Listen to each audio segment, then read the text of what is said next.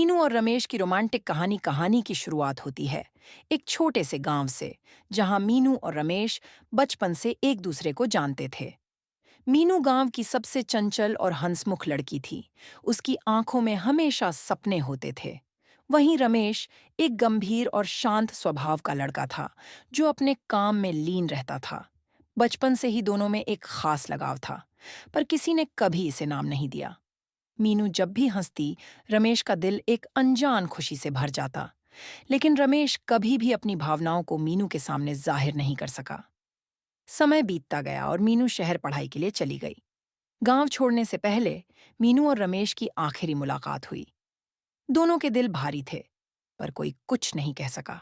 शहर में मीनू की जिंदगी नई राहों पर चल पड़ी, लेकिन रमेश के दिल में मीनू की यादें हमेशा बनी रहीं।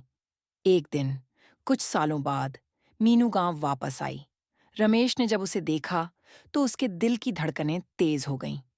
मीनू भी रमेश से मिलने के लिए बेचैन थी और वो पुराने गांव के पेड़ के नीचे मिलने का वादा किया। रात की ठंडी हवा में जब दोनों उस पेड़ के नीचे मिले, तो रमेश ने मीनू की आंखों में झांकते हुए कहा, मीनू, मैंने हमेशा तुमसे प्यार किया है।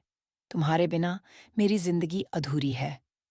मीनू की आंखों में आंसू थे और उसने रमेश का हाथ थामते हुए कहा, रमेश, मैं भी तुम्हें हमेशा से प्यार करती हूँ, लेकिन मुझे डर था कि तुम कभी मुझे समझ नहीं पाओगे।